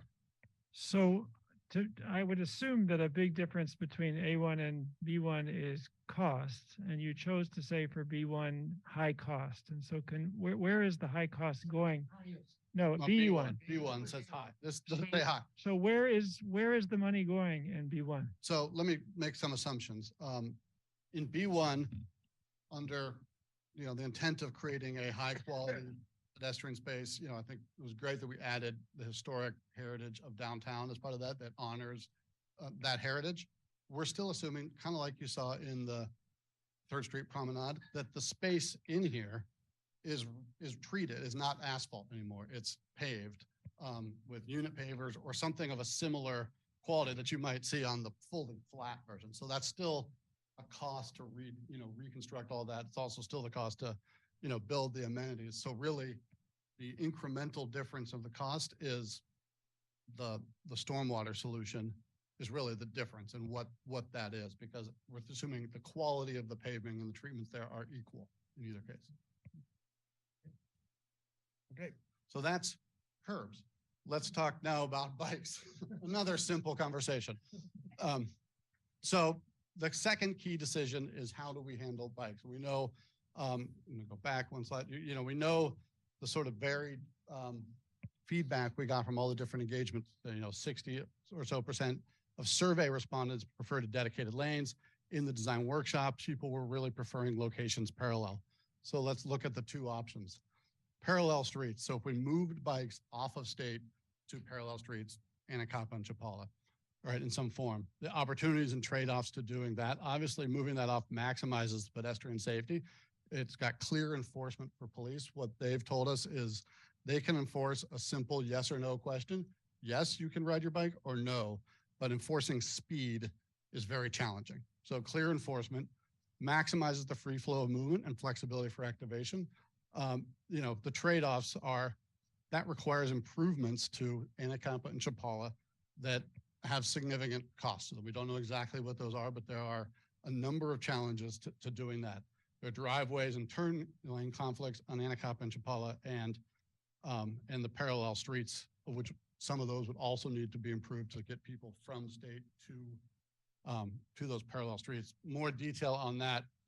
As you all well know, for a long time, State Street has been the spine of the bike network in downtown and accessing downtown. So shifting that off of state is a big change. Anacapa and Chapala are used for a number of things that already support State Street: deliveries, emergency access, access to downtown. There's a great network of parking, just like you see in Boulder and in Lincoln Road behind State Street, so to speak, in those blocks that are accessed from Anacapa and Chapala, right? So adding a bike lane would require, potentially removing some of those things, definitely removing of the on-street parking, because you got to find space for that lane. maybe removal of some of the right turn lanes, removal of some of those loading areas or impacts them. So that's a big trade-off, right? You know, here's some images that of obviously you guys know Anacapa and Chapala well. Another issue, Chapala's got the bus terminal on it. So how do we, you know, integrate bikes with that highly busy bus terminal? So that's a challenge. So what if we can't do it? Laughing challenge is, you know, it's a large challenge, right? There's a significant investment required to do that. So if that's too big of a challenge, right, what is the trade-off? What's the alternative? Let's look at keeping bikes on State Street. The first option we're looking at here, you've heard clearly, and we think it's from a safety standpoint important, especially with the e-bikes, to keep them separated. So you could look at a, you know, by the book design of a two-way separated cycle track, 12-foot wide with permanent vertical barriers, right? In this case, you still need the fire lane. So you've got the bike lane next to the fire lane, which basically takes the entire space, and you're from a space for activation, you're back to essentially a street, right? So we don't like that so much. So what if we just combine those two? Then you've got basically a 20-foot wide bike lane that can also operate as a fire lane, right?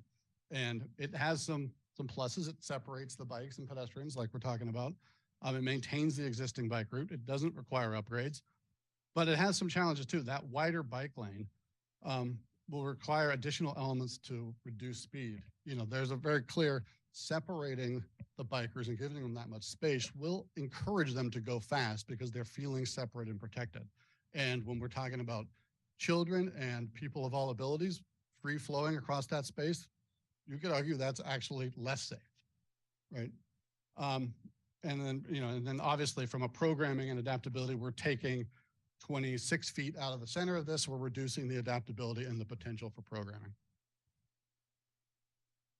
So these are both on a curbless option, but here's a comparison, you know, essentially on the left, bikes on parallel streets, like we discussed, on the right, bikes on State Street, you know, on parallel streets, maximizes pedestrian safety, free flow of movement, programming ability, obviously the higher cost option and all the challenges we discussed. Bikes on State, they separate the bikes and pedestrians, maintains the bike route. And, you know, I am still a bike advocate. Bringing bikes into it is a good thing on a lot of ways, but in this case, it has these trade-offs, reduce the fluid flow of movement across it. In particular, think of people with vision disabilities who are now crossing a bike lane with, you know, and all what you really are using to negotiate that crossing is you're seeing the bikes because they're silent or very quiet. But it does not require the very challenging and costly upgrades to the rest of the network. And these are, so we've got really on the boards there, four options. Bikes on parallel. Oh yeah, these are curbless versions. Those are curbed versions of those two variables with the bike lane. See a question. Why does the bike lane have to take up the entire 20 feet of emergency access? So we need a 20-foot lane for the fire truck. That's the minimum width, right? So the question would be, you know, could you just say 20 feet here, right? And sort of share that? The question would be the barrier, or am I misunderstanding? It's how you protect and separate that. If we're going to have a vertical permanent separation to the bike lane, it either needs to be adjacent to the fire lane because the fire truck can't drive over it, or combined with it, is what we're saying here. And, you know, one thing we can study as we get into further detail, are there sort of short, right, barriers to a 12-foot bike lane that a fire truck could drive over? The thing we need to think about there is there's two things we're trying to separate. The bikers, we want to keep them in their lane, but also trying to alert and warn people that might be walking into that, right? So if you have a 6-inch curb that's sort of helping keep bikers in that space, is that going to keep people out of it as well? People that are walking and looking at this. Just to kind of go off of what Matt's just said, with the 20 feet I mean, I want to emphasize that there are different ways to design it so that bikers potentially don't get that full 20 feet of space. I mean, that is a concern. And I think if we're thinking of a barricaded space, it becomes really hard to do that. If you do that in 12 feet, but you're trying to get the fire lane in there as well, right? So trying to think of different design elements that maybe have a barrier that a fire truck could go over. That could mean that you've got a walking path right around it. You could have a landscaped area right there that's sort of softening the edges of the bike facility. But that's something I think as we go into the design concepts, we're going to have to really think through a little bit more. Robin? Understanding from the fire department is that the fire trucks need to be able to get close to our highest, tallest buildings so that our existing infrastructure can get to the top. How does this design take into consideration? Right. So one thing I didn't say is we've just sort of put it over here in the section. You know, we put it to one side really so that we can say you can consolidate a bunch of activated space on the other, but that can move within the block. And we know there was a lot of desire in the design workshops previously to see that move. So we can shift the bike lane around. It's flexible about exactly where it can go within limits, the limits of can I move a fire truck through there? And there are ways we can do that. So we actually met with them this afternoon before this.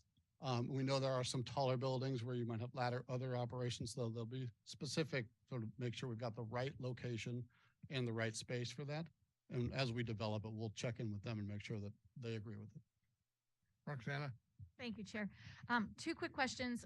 When you're discussing and brainstorming the option of having the bicycles with these dividers, are those dividers allowing pedestrians to cross, or does it require us to go to the crosswalk and cross safely?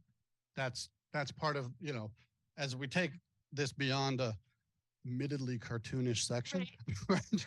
And look at it in 3 dimensions. That's part of the question of what is that barrier? Could we combine some of those spaces, be creative about it?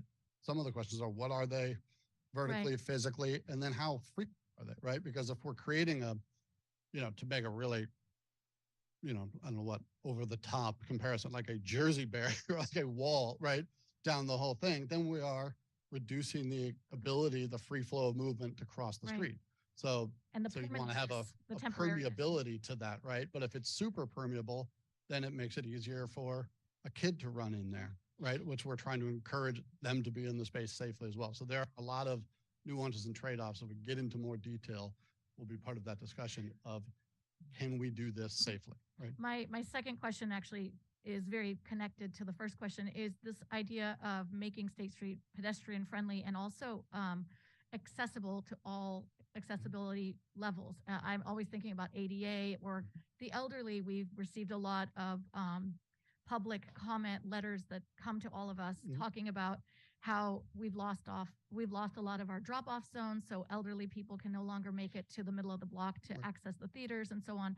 And I'm very curious to know, when you are doing these brainstorms at this level, I know it's early, are you thinking about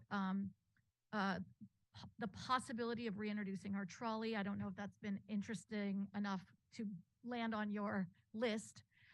And also the ideas of we heard it today at public comment, so maybe it isn't on your current list, but potentially in the future we can maybe think about, if everyone agrees. The idea, it is. It probably is, but I was just going to say, the idea of deliveries, maybe very early in the morning when there's not a lot of use of the street, or perhaps the idea of making sure that there is an option, maybe with a control mechanism before and after for drop-offs at the theater, things like that, that can use that fire lane. So that's what we're calling the adaptability question. Awesome. So we are thinking about that, and we are also thinking about the shuttle, which isn't showing up in these sections because really we think the critical decision is about the bikes. The bikes, yeah. Okay. A small, depending on the shuttle, so assuming a small scale, obviously professionally driven shuttle, we think may have more flexibility and less impact than the bike. And possibly sharing. Sharing that there space with them as well and using them together. Yeah, exactly. So maybe that's a good segue. Hang on. Oh, yeah. So the alternative that you talk about is bikes on parallel streets. And I want to talk about that for a minute because first of all, you're talking about two different streets. And I'm assuming we could have two-way bicycle traffic on one of those streets. And they're two very different streets. Right. And I would be interested to hear from the city about how this would work with traffic counts. But to my experience, and again, my office was on Anacapa Street for 25 years. Anacapa Street with two one-way cars going in one direction, 2 lanes plus parking, it goes very fast. It is dangerous for downtown pedestrians. And it seems to me if we could handle the flow of traffic by reducing the intensity of the driving on Anacapa Street, it would make things safer for pedestrians. And it also might make room available for bicycle traffic in both ways. It seems like there's not as many intense uses on the sides as there would be. Chapala Street serves all kinds of other needs. So I'd be interested to know from the city about what kinds of traffic throughput we need to have on Anacapa Street. I'll say before, if the city wants to answer, I will say, you're exactly right. I'm just saying at this point, side streets could, potentially, and so we've got our mobility consultant, they're going to start looking at, in partnership with Public Works, studying those two streets, what is possible, what are the implications of a number of different options to, essentially the goal is maintain a system that is connected to downtown and through downtown, but doesn't necessarily rely on State Street. And that, I don't, like you said, there could be multiple options there, each one of which will have significant challenges that we'll have to discuss. Right? Okay, I'm going to let Matt finish his presentation because we're pushing on 5 o'clock. Yeah. And so I will go through these quickly, these approaches, and they're on boards. And then, we're going to break into our breakout groups and sort of talk through these and the sections. So there are more approaches than this, but we wanted to sort of start with a few, and you'll start to see the shuttle and some of the other things. So one approach, framework approach, looking at the whole project area, flat and flexible for all 8 blocks. So, that kind of flat and flexible section for all 8 blocks.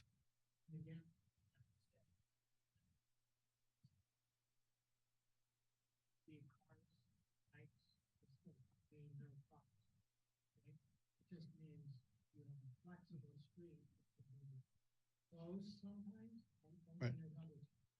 And it could be variable too, which is Right, which we'll get in at the end of the adaptability part of this conversation. So as a starting point, flat and flexible, you can see here the green dotted lines are the bikes, the blue line is the shuttle. So I think that's, if I'm correct, the MTD's sort of, current thought for the shuttle is to run it in a loop on the parallel streets. And then obviously, pedestrian in the core.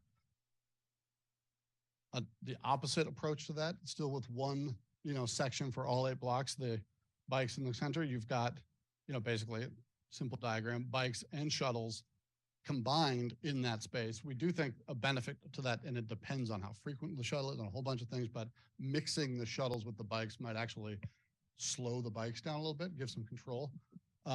To that. So, and the key benefit of that is obviously we don't have the large investment in the perimeter. The trade-off is that all the things we've been talking about. A second approach, emphasize the core. So get into, this is showing 4 blocks. In this approach, we would actually need to decide, is it 3 blocks, is it 4 blocks, right? You need to decide the number of blocks that it becomes the pedestrian focused, flat and flexible street. And then on the ends, B2 areas, potentially, this is showing 3 blocks on either end. You've got the sort of expanded street, maintain the curb. And in that version, we would shrink that diversion around and allow, so you'd have bikes and shuttles coming up the street and then going around that core. This is sort of, I'll say, a half step of the big question of where do bikes go? Do they stay on state or stay on the edge?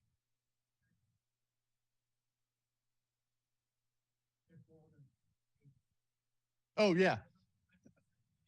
Yeah, fair enough. So it's just shown as a concept. This would be, we need to discuss which one. This is coming up to Ortega on one end, and Figueroa on the other. So there's 4 blocks in the center, but that would be, if this was a preferred approach, there'd have to be a long discussion on how many blocks, right, is in that core and exactly what streets those are. So we're routing stuff around.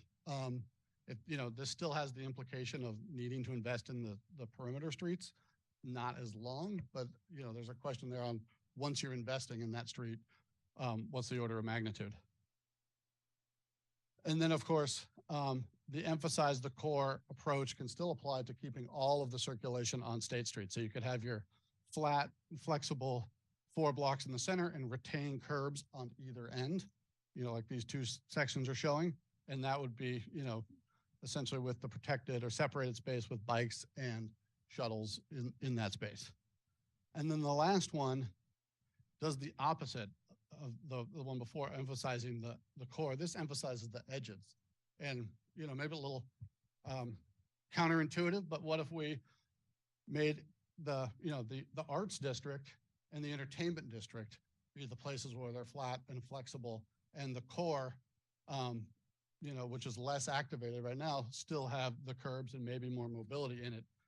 This is a challenge from the network side because you don't want to be going back and forth all the time. So we think to make that work, you would still have to bring all of the circulation out to the edges.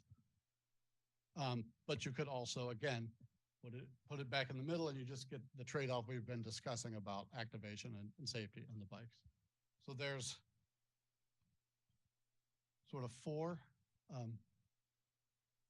Now we've got. So before we jump into public comment, I think we're going to break out into groups to have a discussion and talk through the different framework approaches. And we'll have them facilitated. And then at the end of the meeting, we'll take public comment for the different items. If you are a member of the public and you'd like to speak on this item, if you could fill out a blue slip or raise your hand. And then once we are done with the breakouts, we'll jump right into public comment. We've got a little over an hour left for the meeting.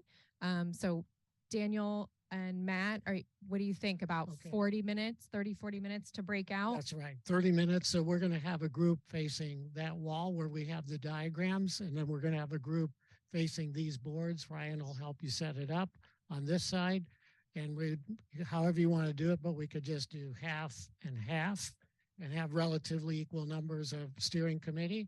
And so we'll take a few minutes to make those adjustments. Thank you.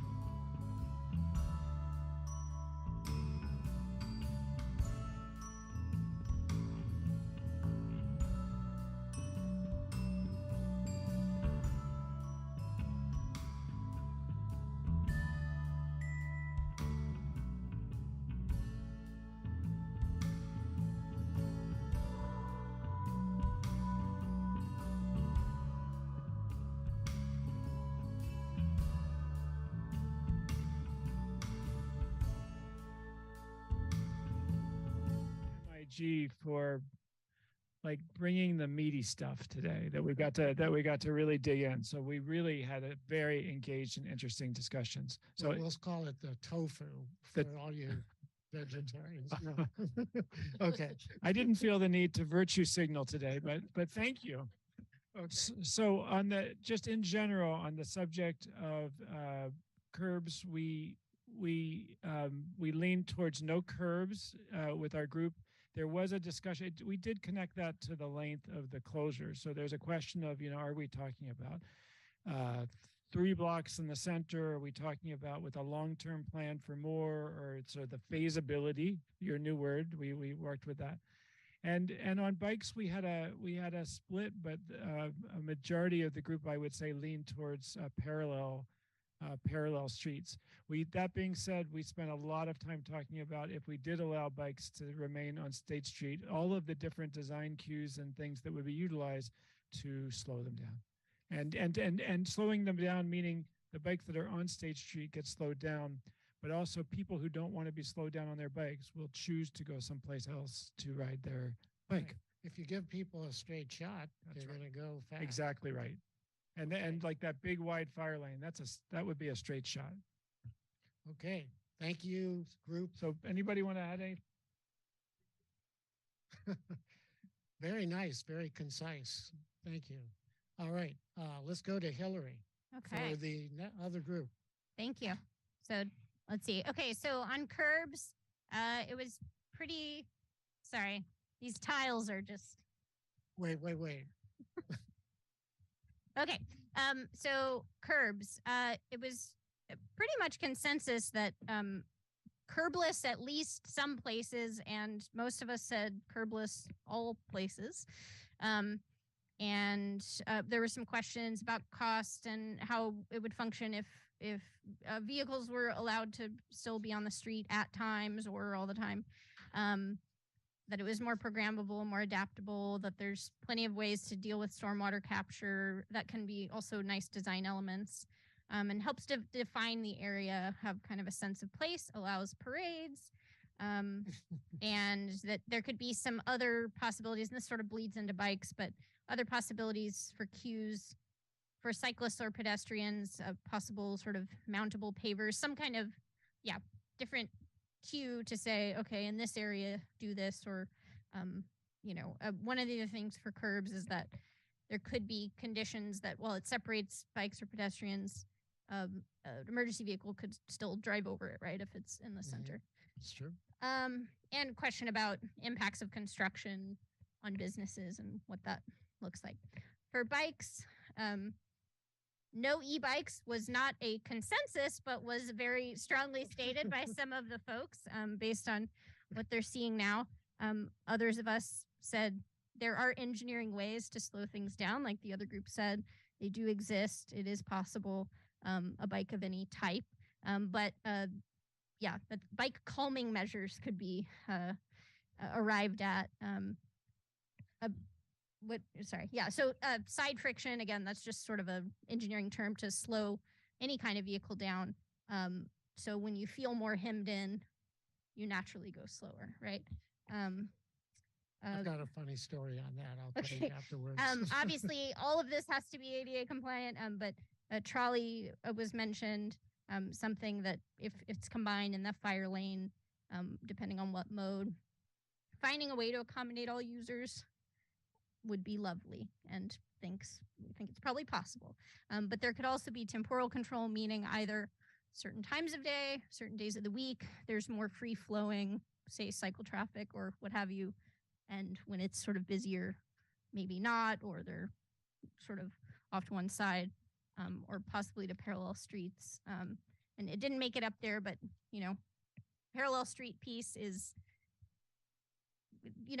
really is a trade-off between on cyclist safety, right? And also what it means for cyclists being able to enjoy the central business district and get there on the mode that they get there now. So that's it. Okay, Kristen? It really was 50-50 on the no e-bikes.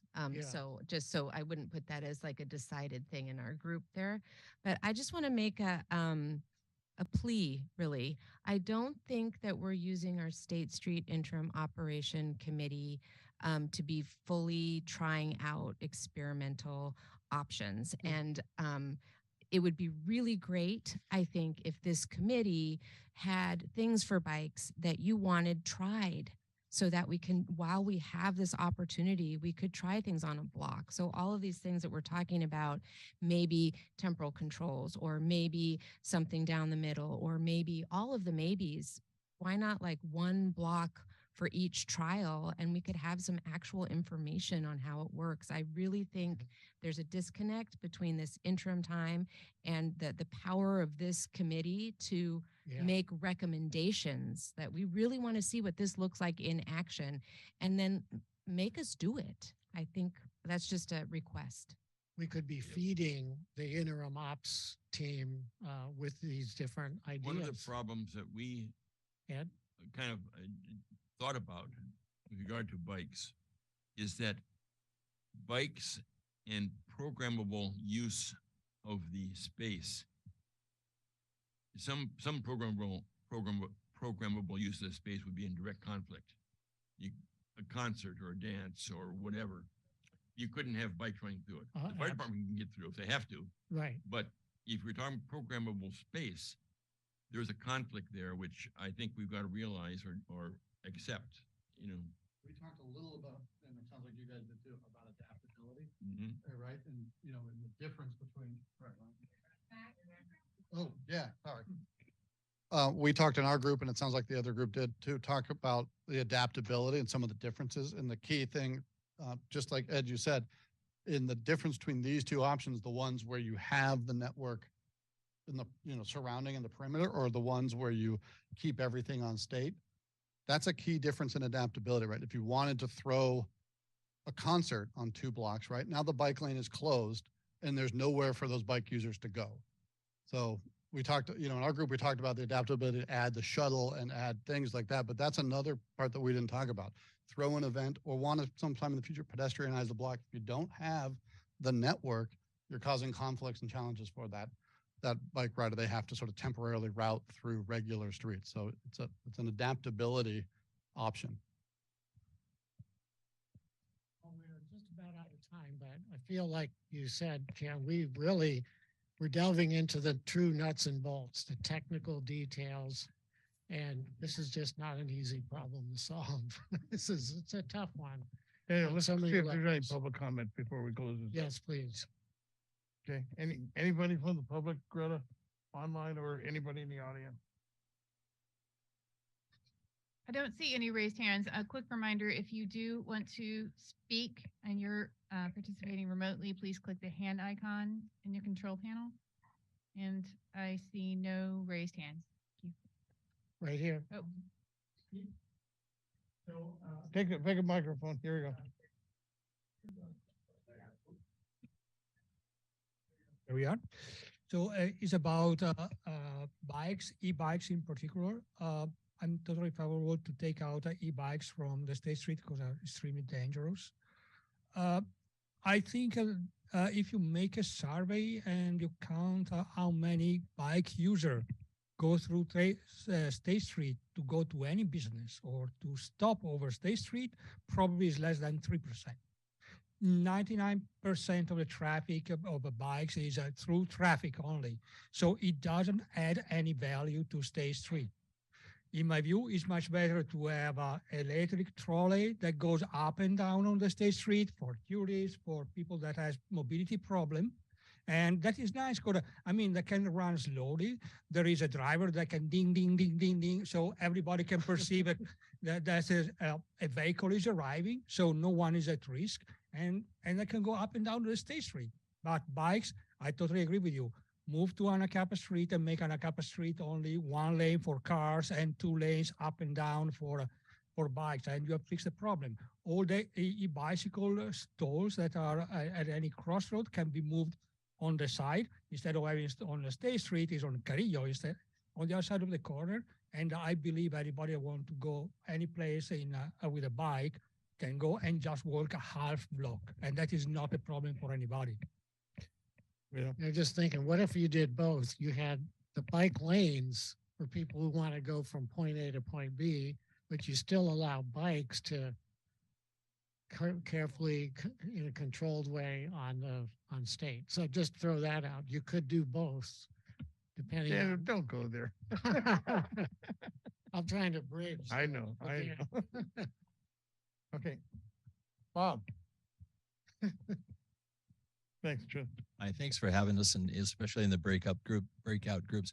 I wasn't going to speak, but I disagree with the last speaker. I think that a lot of people on State Street ride their bikes. I'm out there all the time.